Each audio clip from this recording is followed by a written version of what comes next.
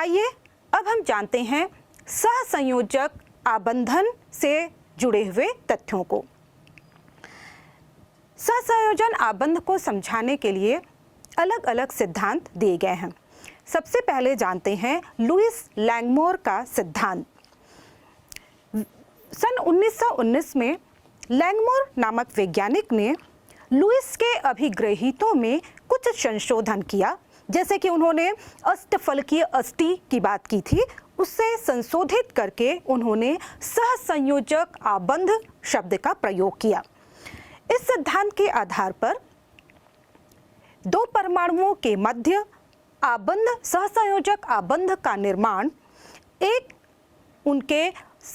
एक जोड़े इलेक्ट्रॉन के सहभाजन के द्वारा होता है या एक इलेक्ट्रॉन युग्म के सहभाजन के द्वारा होता है। संयुक्त होने वाला प्रत्येक परमाणु इस इलेक्ट्रॉन युग्म में एक एक इलेक्ट्रॉन का सहभाजन या योगदान देता है और इस प्रकार दोनों ही परमाणु अपने बाह्यतम कोश में स्थायी अष्टक प्राप्त कर लेते हैं। यदि दो परमाणुओं के मध्य एक इलेक्ट्रॉन युग्म का सहभाजन होता है तो उनके बीच एकल आबंध बनते हैं और यदि इन दो परमाणुओं के बीच 2 या 3 इलेक्ट्रॉन युग्मों का सहभाजन होता है तो उनके बीच द्विबंध तथा त्रिबंध बनते हैं। हम जिसे उदाहरण के द्वारा समझते हैं। उदाहरण के लिए हाइड्रोजन परमाणु, जिसके बाह्यतम कोश में सिर्फ एक इलेक्ट्रॉन होते हैं। दोनों ही हाइड्रोजन परमाणु अपने एक एक इलेक्ट्रॉनों का सहभाजन करके एकल बंध का निर्माण करते हैं और इस तरह से दोनों ही हाइड्रोजन परमाणु अपने डुप्लेट को पूर्ण कर लेते हैं। इसी तरह से हम Cl2 सम परमाणुविक अणु Cl2 की संरचना को देखें। हम जानते हैं क्लोरीन परमाणु का जो में 17 इलेक्ट्रॉन पाए जाते हैं और इसका इलेक्ट्रॉनिक विन्यास होता है 1s2 2s2 2p6 3s2 3p5, यानी कि इसके बाह्यतम कोश में 7 इलेक्ट्रॉन होता है और अष्टक पूर्ण करने के लिए इसे 1 इलेक्ट्रॉन की आवश्यकता होती है। इस तरह से दोनों ही क्लोरीन परमाणु आपस में एक एक इलेक्ट्रॉनों का सहभाजन करके एकल बंध बनाते हैं तथा दोनों ही परमाणु अपना स्थायी अष्टक प्राप्त कर लेते हैं। इसी तरह से हम विषम परमाणु कणों की बात करें, जैसे कि जल। यहाँ पर हम देखेंगे कि ऑक्सीजन तथा हाइड्रोजन दोनों ही एक एक इलेक्ट्रॉनों का साझा करते हैं और इस तरह से इनके बीच एकल बंध का निर्माण होता है।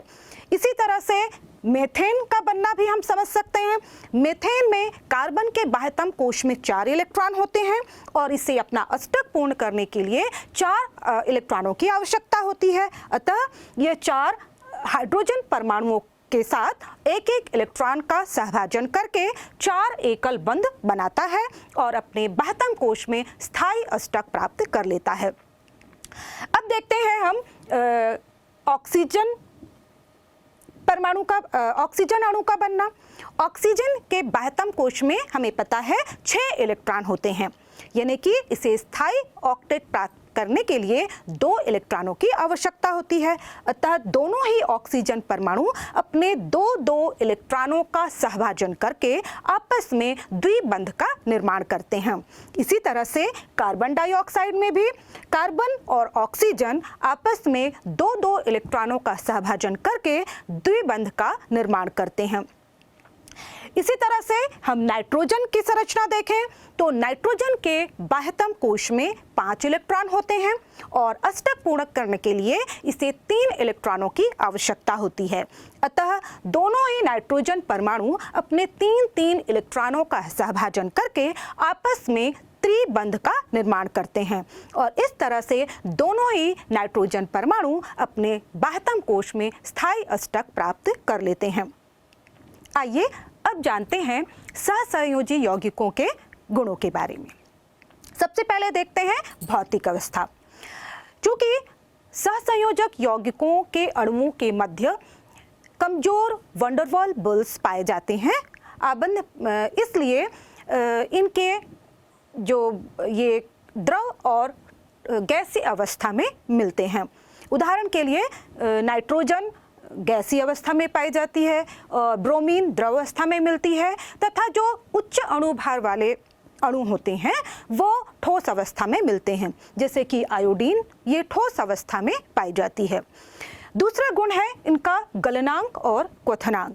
फिर वही बात, चूंकि आयनिक सहसंयोजी यौगिकों के अणुओं के मध्य वंडर वॉल कमजोर बल पाया जाता है, इसलिए ये थोड़ी सी ही ऊर्जा देने पर ये गलित हो जाते हैं, इसलिए इनके गलनांक और क्वथनांक में कमी पाई जाती है।